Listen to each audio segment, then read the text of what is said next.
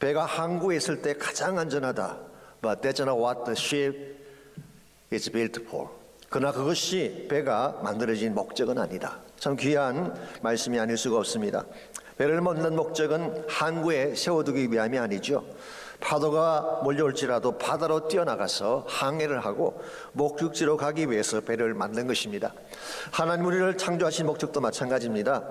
편안하게 살다가 세상 떠나고 창조하신 것이 아니라 힘들고 파도에 부딪힐지라도 하나님의 비전을 이루라고 여러분과 저를 창조하신 것입니다. 이런 면에서 우리가 정말 하나님께서 디자인하신 목적을 바르게 이루어 살기를 원한다면 안주하며 주저앉을 것이 아니라 새로운 도전 앞에 일어나야 되는 것입니다. 그렇게 할 때에 하나님이 기뻐하시는 열매도 맺을 수가 있게 되고 하나님의 목적도 성취하게 되는 것입니다. 솔직히 지난 1년 동안 우리는 코로나라고 하는 족쇄에 묶여서 거의 아무것도 하지 못했습니다. 직장도 제대로 다닐 수가 없었고 사업도 제대로 할 수가 없었습니다. 학교도 닫히고 교회도 닫히는 가운데에 예배도 컴퓨터나 전화기 앞에서 온라인으로 드렸죠.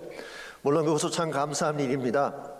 그것마저 없었더라면 어떻게 할 뻔했겠습니까? 실제로 저희 교회 권사님 한 분은 매주일마다 스크린 앞에서 주일날 드리는 예배와 똑같이 정장을 하고 경건한 자세로 주일 예배를 드렸다고 합니다. 아마 여기 계신 여러분 모두도 그렇게 하신 줄 믿습니다. 그랬는데요, 시간이 흘러가면서 어떻게 됐나요? 자신도 모르는 가운데 자세가 틀어지고 나중에는 시간 날 때 영상을 보는 정도로 예배를 대체하는 경우가 있었습니다. 그러다 보니까 우리도 모르는 사이에 영성이 식어지게 되고 삶의 열정도 사라지게 되고 무기력한 모습으로 주저앉게 되는 것입니다. 그러나 우리 크리스찬은 이와 같은 상황 앞에서 주저앉아서는 안 됩니다. 그것은 크리스찬답지도 않고 하나님이 기뻐하시는 모습도 아니기 때문에 그렇습니다. 아무리 환경이 우리를 짓누르고 어려운 문제가 찾아와도 우리는 그것을 딛고 일어나서 하나님 우리에게 분부하신 땅을 향해 나아가야지 크리스찬답게 살 수 있고 하나님의 영광이 되는 것입니다. 이런 면에서 이 아침 물어야 될 중요한 질문이 여기 있습니다. 어떻게 하면 환경이 우리를 억압하고 여러 가지 많은 어린 여건들이 우리 앞을 가로막을지라도 이것을 뚫고 지나가서 브레이크드루해서 하나님이 예비하신 진정한 목적지를 향해 갈 수가 있을지 오늘 주신 본문을 중심으로 이것을 함께 정리해 보려고 합니다. 오늘 같이 읽은 본문에 보시면 가나안 정복을 앞둔 이스라엘 백성들의 모습이 기록이 되어 있습니다. 사실 오늘부터 제가 여호수아서를 연서로 강의를 하려고 준비를 하고 있습니다만은 여호수아서라는 이 책은 가나안 정복기를 다루고 있는 책이죠. 전체가 24장으로 구성이 되어 있습니다. 그런데 그 중에 7장이 정복에 대한 스토리고 9장이 땅을 분배하는 내용을 다루고 있습니다. 그러므로 이 여호수아서는 하나님의 약속을 이루고 이스라엘 민족의 미래를 닦는 중요한 책이라고 그렇게 부를 수가 있습니다. 일반적으로 여호수아서를 역사서로 분류를 합니다마는 구약 히브리 성경에는 네비임이라고 해서 선지서의 첫 번째 책으로 여호수아서를 놓고 있습니다. 참고로 히브리 구약 성경을 좀 소개해드리자면 크게 세 파트로 나누어져 있는데요. 첫 번째 파트가 토라라고 하는 모세오경입니다. 두 번째 파트가 네비임이라고 하는 프로핏 예언서죠. 그 세 번째 파트가 케투빔이라고 하는 성문서 라이팅스로 구성이 되어 있습니다. 그래서 그 첫 글자를 따서 흔히 구약 원전을 타나크라고 부르고 있는 것입니다. 여호수아서는 이 책은 모세오경의 마지막 책인 신명기 다음에 나오고 있습니다. 이것은 영적으로 시사하는 바가 있다고 저는 생각을 합니다. 가나안 정복이라고 하는 이 과제는 그냥 주어진 과제가 아니라 하나님 말씀에 근거한다는 사실을 밝혀주고 있습니다. 우리 흔히 말하듯이 남의 땅 침공해서 빼앗는 케이스가 아니라는 것입니다. 하나님이 오래전에 아브라함에게 약속을 하셨는데 이 약속의 성취를 이루기 위한 발걸음이 여호수아서의 내용인 것입니다. 궁극적인 차원에서 말씀드리자면 이것은 하나님 나라의 완성을 위해서 우리 모든 성도들이 내디뎌야 될 대장정이다 그렇게 말씀드릴 수가 있겠습니다. 1절 말씀 보시면은 그 당시 이스라엘 백성들의 정황이 소개가 되어 있습니다. 여호와의 종 모세가 죽은 후에 여호와께서 모세의 수종자 눈의 아들 여호수아에게 말씀하여 이르시되 아시는 대로 모세는 세상을 떠났습니다. 모세는 지난 40년 동안 이스라엘을 이끌어왔던 지도자였죠. 굉장한 파워와 카리스마를 가진 그런 인물이었는데 모세가 세상을 떠난 것입니다. 이것은 출애굽 1세대의 종교를 의미하는 동시에 이스라엘 민족 역사의 뉴 챕터가 시작되었다는 것을 밝혀주고 있습니다. 그때 하나님은 여호수아를 모세 후계자로 세우고 여호수아를 통해서 가나안 정복에 대한 사명을 주신 것입니다. 오늘 본문에서 여호수아를 모세 수종자라고 번역을 했습니다만은 이건 종이라고 하는 뜻이 아닙니다. 가끔 어떤 분들이 설교할 때 종으로 번역하시는데 이건 잘못된 것입니다. 어시스턴트라고 하는 것이 더 옳은 해석이에요. 공동 번역에서는 모세의 부관이다 그렇게 번역을 했습니다. 실제로 성경에 묘사된 여호수아의 역할은 모세의 부관 역할이었습니다. 여호수아가 처음 등장한 것이 출애굽기 17장인데 아말렉이 공격해 왔을 때에 르비딤 전투에 나가서 승리를 거두었습니다. 그 후에 모세가 시내산에 율법 받으러 올라갈 때도 모세와 동행을 했습니다.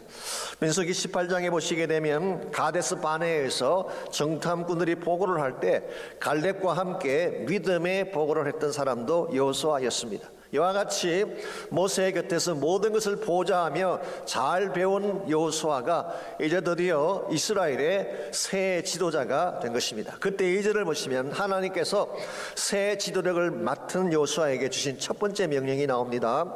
내 종 모세가 죽었으니 이제는 너는 이 모든 백성과 더불어 일어나 이 요단을 건너 내가 그들 곧 이스라엘 자손에게 주는 그 땅으로 가라고 명령하셨어요.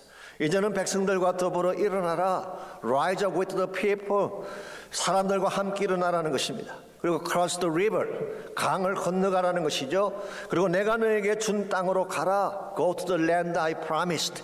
내가 너희들에게 약속한 그 땅으로 가라. 그렇게 분부를 하셨습니다. 그러면서 3절에서 너희 발바닥으로 밟는 곳은 모두 내가 너희에게 주리라. 그렇게 말씀하십니다. 사실 가나안 땅은 하나님이 이미 주시기로 약속한 땅 아닙니까? 그런데 어떻게 할 때 그들의 소유가 된다는 뜻일까요? 너희가 발바닥으로 밟을 때. 저는 이것이 하나님의 방법이라고 생각합니다. 하나님의 약속을 주시죠. 꿈을 주십니다. 그것을 이루기 위해서는 인간 편에서 해야 될 순종과 준비가 필요하다는 것입니다. 우리가 페이트 훈련할 때 늘 강조하는 것이 있죠. 하나님의 선물은 available 합니다. 모든 사람에게 다 가능해요. 그러나 not automatic. 자동적으로 주어지는 것은 아니죠. 하나님의 선물을 받을 우리 편에서 해야 될 일이 있습니다. 그게 믿음이죠. 믿음으로 받을 때에 구원의 선물이 나의 소유가 되는 것처럼 우리의 꿈이나 비전도 마찬가지라는 것입니다. 하나님이 아무리 위대한 비전을 주시고 위대한 꿈을 주셔도 우리 편에서 바르게 순종하고 준비하지 아니하면 그 꿈은 이루어질 수가 없는 것입니다. 사실 저희 교회에도 하나님이 주신 꿈이 있잖아요. 64년 전에 광야 같은 이 땅에 복음의 꽃을 피우라는 비전을 주셨습니다.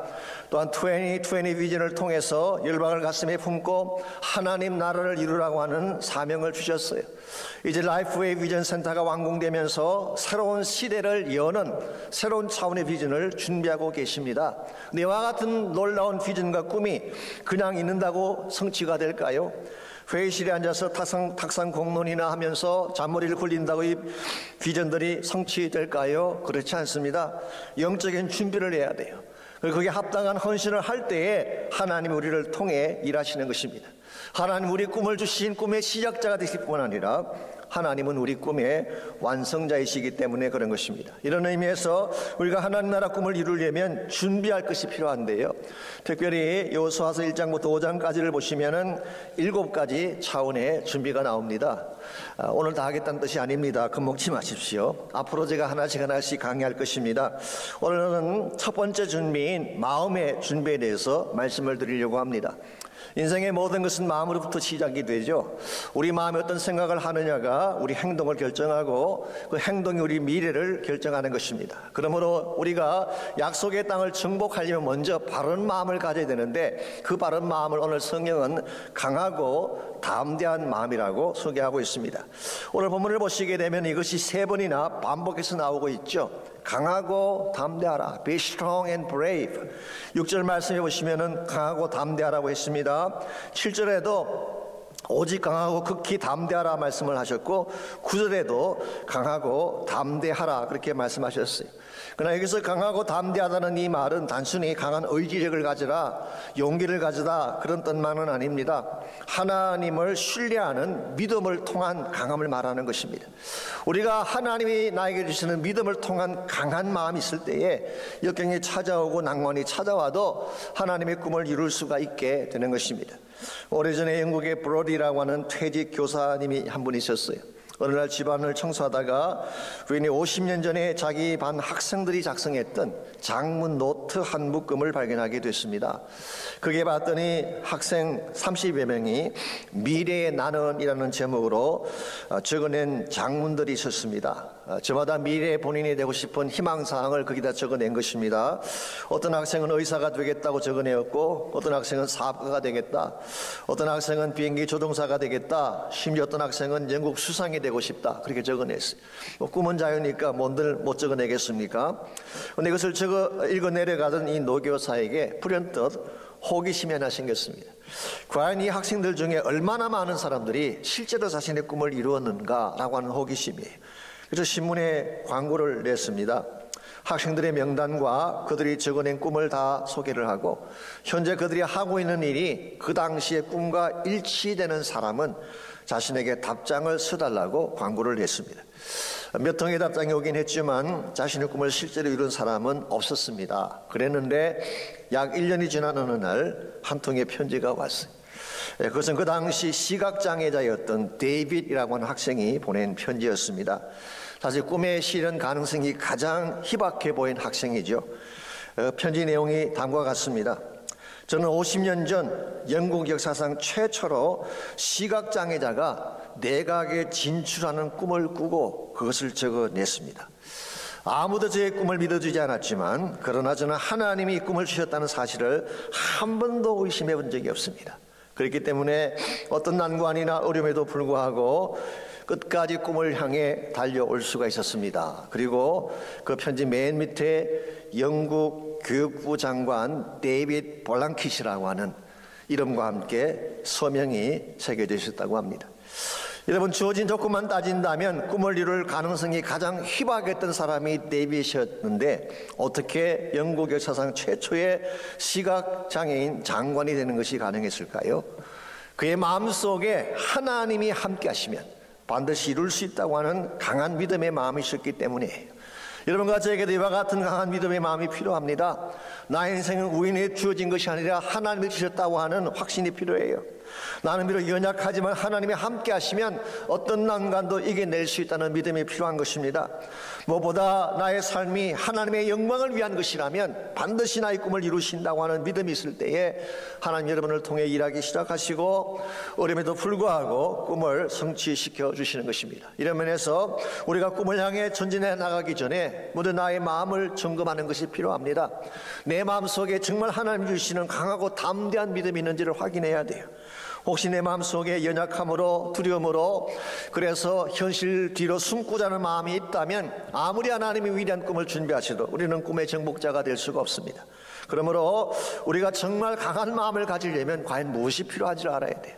강하고 담대한 믿음의 마음은 어디에서 오는 것일까요?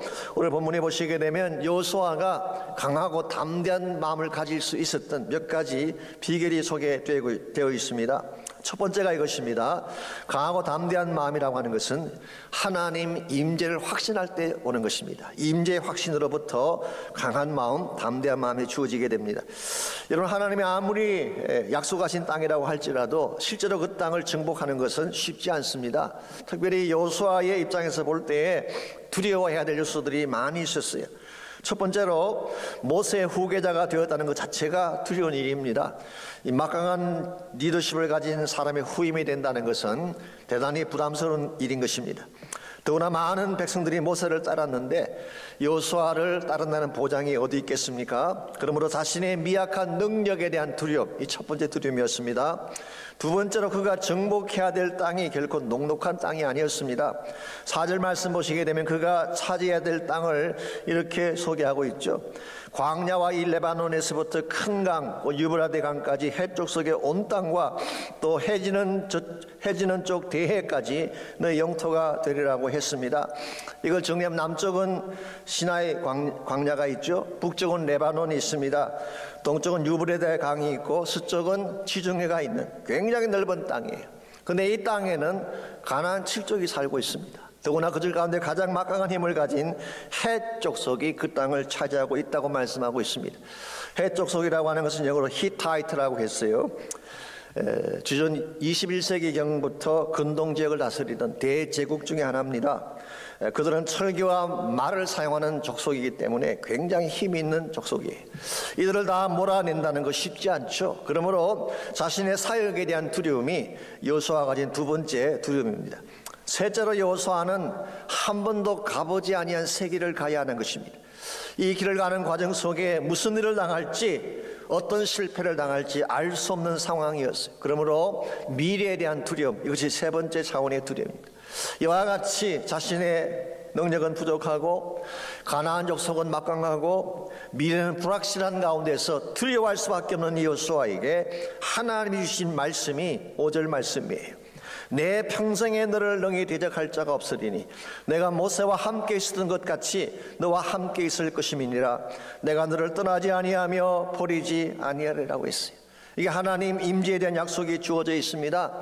내가 어디를 가든지 무엇을 하든지 떠나지 않고 너를 지켜주겠다는 약속이에요.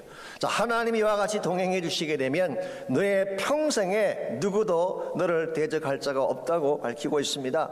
앞을 가로막는 자가 해쪽 속이건 가나안 칠쪽이건 하나님이 함께 가시면 다 이길 수 있다는 뜻이에요. 미래에 대한 걱정도 할 필요가 없습니다. 하나님이 친히 길을 여시고 필요한 것을 공급해 주실 것이기 때문에 이런 측면에서 우리 삶에서 가장 필요하고 중요한 것이 하나님의 임재예요. 하나님이 함께 가실 때에 비록 우리의 모습은 연약할지라도 강한 인생을 살게 되는 것입니다. 우리가 사실 혼자 길을 가면 두려워할 수가 있지만 누군가가 동행해 주면 힘이 나지 않습니까? 그런데 만일 그 누군가가 하나님이라면 두려워할 필요가 있을까요? 두려워할 이유가 전혀 없는 것입니다.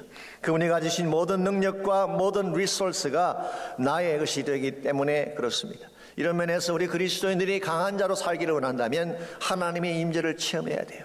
주님이 나와 함께 가신다, 어디를 가든지 동행하신다, 이와 같은 확신이 분명할 때에 여러분은 어려운 일을 당해도 낙심하지 않고 정복자로 살아갈 수가 있는 것입니다. 그래서 예수님께서도 마태복음 28장 20절에서 우리에게 마지막 대분부를 주신 후에 굉장히 중요한 약속 하나를 주셨어요. 주님 우리에게 분부만 하시는 분이 아니라 promise, 약속도 주시는 분이에요. 그 약속이 뭔가요? 볼지어다 내가 세상 끝날까지 너희와 항상 함께 있으리라. 너희는 온 족속을 제자 삼고 땅끝까지 나가라고 분부를 내리신 후에 주님의 presence, 주님의 임재를 약속하신 것입니다. 이게 사실은 제자들이 이 세상을 복음화시키고 하나님 나라를 성취하는 근본적인 비결이었다고 할 수가 있습니다. 한 가지 흥미로운 사실이 있죠. 예수님께서 떠나시면서 말씀하시기를 항상 함께 하시겠다. 얼핏 보면 모순처럼 보여지죠. 그렇지만 이 약속이 언제 어떻게 성취가 되나요? 오순절날 성령이 오심으로 성취가 되었습니다. 예수님의 이름으로 오시는 보혜사 성령님이 바로 지금 우리 안에 함께 하시는 그리스도의 영이시죠. 이 성령이 함께 하시면 무슨 일을 당해도 두려워할 필요가 없습니다. 그분이 여러분 곁에 서셔서 필요 적절한 모든 것들을 공급해 주시고 도와주실 것이기 때문에 저희들이 몇 년 전에 요한복음을 다룰 때에 제가 잠깐 소개해드린 적이 있습니다만은 이 보혜사라고 하는 단어, 이 성령님의 별명이 보혜사죠. 이 헬라말로 파라클레토스라고 하는 유명한 단어입니다. 직역을 하게 되면 곁에 서서 말씀하시는 분, 그런 뜻을 가지고 있죠. 그래서 많은 영어 성경지들이 위로자, comfort 그렇게 번역을 했습니다. 혹은 카운셀러, 상담자로 번역을 한 영어도 있고, 혹은 변호사, advocate 그렇게 번역을 했죠. 그런데 또 한 가지 의미가 더 있습니다. 그것은 바로 도움자라는 뜻, helper라는 의미가 이 보혜사라는 말 속에 포함이 되어 있습니다. 우리가 위기를 당했을 때 가장 적절한 방법으로 우리 곁에 계셔서 우리를 건져내어 주시는 분이 보혜사라는 것입니다. 영국의 위대한 설교자인 찰스 스펄전 목사님에게 이런 재미있는 일화가 있습니다. 한 번은 시골에 내려가셔서 설교를 마치고 런던으로 돌아가는 길이었습니다. 기차에 올라타서 자리에 앉은 후에 호주머니에 손을 넣어보니까 기차표가 없는 것입니다. 바깥 주머니를 다 뒤져보아도 기차표가 없었어요. 더구나 지갑까지 동시에 잃어버린 것입니다. 이제 기차는 떠나는데 낭패가 아닐 수가 없습니다. 자칫하면 큰 창피를 당할 수도 있고 기차에서 쫓겨날 수도 있는 위기의 순간이죠. 그래서 당황한 그런 기색으로 앉아있는데 맞은 칸에 앉은 신사 한 분이 물었어요. 아시는 대로 유럽의 기차는 이 작은 방처럼 칸으로 구성되어 있지 않습니까? 근데 맞은편에 앉은 신사가 이렇게 질문합니다.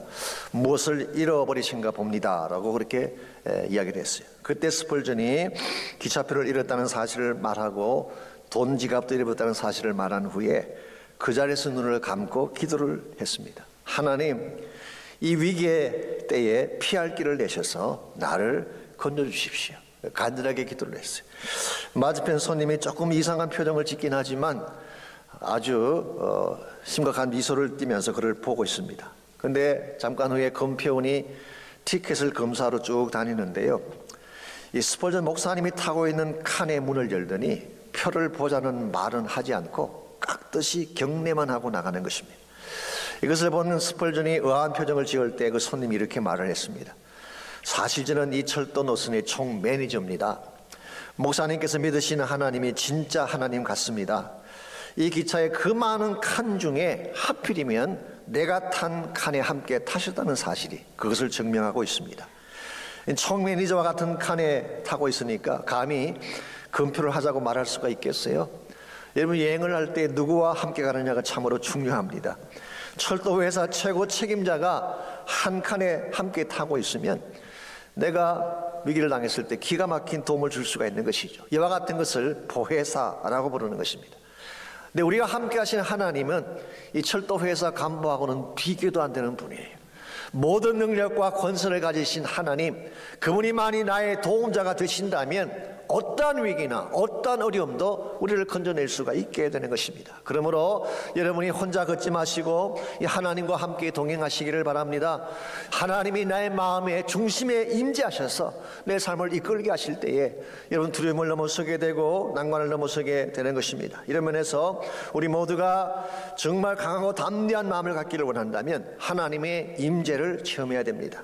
두 번째로 강하고 담대한 마음은 말씀의 능력에서 오는 것입니다. 말씀의 능력, 7절과 8절 보시기 바랍니다. 우리를 강하게 만드는 또 하나의 비결이 소개가 되어 있습니다. 먼저 7절을 제가 읽겠습니다. 오직 강하고 극히 담대하여 나의 종 모세가 내게 명령한 그 율법을 다 지켜 행하고 우로나 좌로나 치우치지 말라. 그리하면 어디로 가든지 형통할 것이라고 했습니다. 여기서 율법이라고 하는 것은 십계명이나 모세의 율법을 의미한다기보다는 토라 전체를 의미한다고 보는 것이 옳습니다. 즉 말씀 전체를 말하는 것입니다. 이 말씀을 따라 행하면 어디로 가든지 형통할 것이다. 8절은 좀 더 구체적인 방법을 소개하고 있습니다. 이 율법책을 내 입에서 떠나지 말게 하며 주야로 그것을 묵상하여 그 안에 기록된 대로 다 지켜행하라. 그리하면 내 길이 평탄하게 되고 형통할 것이라고 말씀하고 있어요. 하나님의 말씀을 내 입술에 담고 사는 것입니다. 암송하라는 것이죠. 가슴에 담고 묵상하라는 것입니다. 그리고 그 안에 담겨져 있는 모든 것들을 실제로 행하라는 거예요. 그렇게 하면 이 말씀의 파워가 우리에게 두 가지 축복을 주십니다. 첫째는 길이 평탄하게 되는 축복이죠. 앞길이 막히지 않는다는 뜻입니다. 둘째는 형통하게 되는 축복, prosper, 범사가 잘 되고 부유하게 되는 축복이 주어지게 되는 것입니다. 사실은 이것이 역사적으로 이스라엘을 강하게 만들었던 비결입니다. 여러분이 잘 아시는 바대로 중동 지역의 대부분의 땅에는 석유가 나죠. 그래서 그것 때문에 먹고 사는 나라가 많지 않습니까? 그런데 유독 이스라엘에는 석유가 거의 나지 않습니다. 오히려 사막만 많이 주었어요. 한 60%가 사막이에요. 왜 다른 지역에는 석유를 주셨는데 이스라엘 땅에는 석유는 주시지 않고 사막만 잔뜩 주셨을까요? 하나님은 이스라엘에게 석유 대신 주신 값진 보화가 있어요. 그 보화가 바로 하나님 말씀인 것입니다. 다른 민족에게는 주지 아니한 말씀의 능력, 말씀의 지혜를 그들에게 부여해 주었더니 오늘 여러분이 아시는 바처럼 석유를 생산하고 있는 아랍권 나라들이 더 부유한가요? 이스라엘이 더 막강한가요? 이스라엘이 더 막강하죠.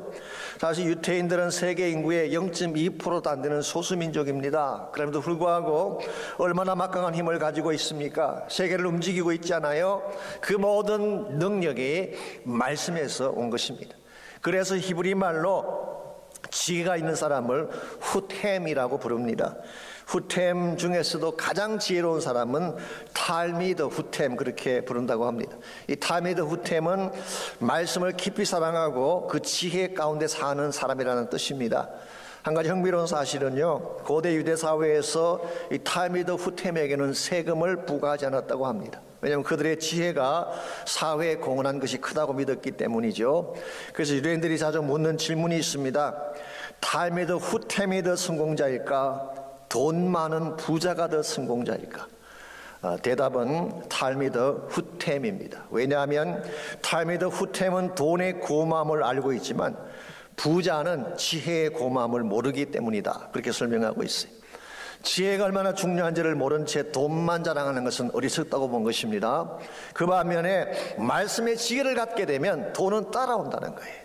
이게 유대인들이 성공한 비결입니다. 그래서 척 스미스 목사님이 오래전에 이런 말씀하신 적이 있습니다. 말씀과 사랑에 빠져보십시오. Fall in love with the words. 하나님 말씀과 사랑에 빠져보십시오. 그러면 모든 축복은 따라오게 되어 있습니다. 여러분, 비결은 말씀에 있는 거예요. 우리 성공의 비결도 말씀 가운데 있고 문제 해답의 비결도 말씀 가운데 있는 것입니다. 여러분의 삶 가운데 말씀으로 충만하게 되면 말씀의 지혜가 여러분의 앞길을 열어주게 되고 여러분을 성공자가 되게 하고 세속과의 물결 가운데서 바른 진리를 가지고 살 수 있도록 힘을 주시는 거예요. 그러므로 우리가 진정한 차원에서 이 마지막 시대에 강한 자로 살기를 소원한다면 1차적으로는 하나님의 임재를 체험해야 되지만 2차적으로는 말씀의 능력 가운데 거하는 삶을 살아야 됩니다. 마지막 세 번째로 담대한 마음, 강하고 담대한 마음은 영적인 소신으로부터 오는 것입니다. 우리가 가는 길에 대한 소신을 분명히 가질 때에 흔들림 없이 목적지까지 갈 수 있지 않겠습니까? 그래서 9절 말씀 보시면 내가 너에게 명령한 것이 아니냐, 강하고 담대하라, 두려워하지 말면 놀라지 말라, 내가 어디로 가든지 내 하나님 여호와가 너와 함께 하느니라 하시니라. 여기서 강하고 담대해야 될 근본 근거를 뭐라고 설명하고 있습니까? 내가 너에게 명령한 것이 아니냐. 여러분, 여호수아가 이 정복의 길을 나서게 된 것은 여호수아 개인의 뜻이 아닙니다. 개인의 야망이나 개인의 어떤 비전을 성취하기 위한 것이 아니었어요. 혹은 사람들의 여론 때문에 떠난 길도 아니었습니다. 하나님이 명령하셨기 때문에, 하나님의 뜻이 여기 있기 때문에 출발한 길이기 때문에 어떠한 난관을 당해도 그는 포기할 이유가 없는 거예요. 내가 너에게 명령한 것이 아니냐, 사람들이 뭐라고 할지라도 주눅들지 말아라, 내가 너에게 명령했다. 하나님의 명령이 분명하고 하나님의 뜻이 분명하다고 할 때에 우리는 가는 길을 중단하지 않고 포기하지 않고 끝까지 갈 수가 있게 되는 것입니다. 이와 같이 하나님의 뜻을 확인하고 하나님이 나에게 분부하셨다는 사명의식을 확인하고 길을 떠나는 것을 영적 소신이라고 부르는 것입니다. 우리가 하나님 나라 일을 하려면 영적 소신이 있어야 돼요. 그래야지 사람들에 의해서 좌로우나 치우치지 않게 되고 목적한 바 하나님의 목적을 향해 바르게 나아갈 수가 있게 되는 것입니다.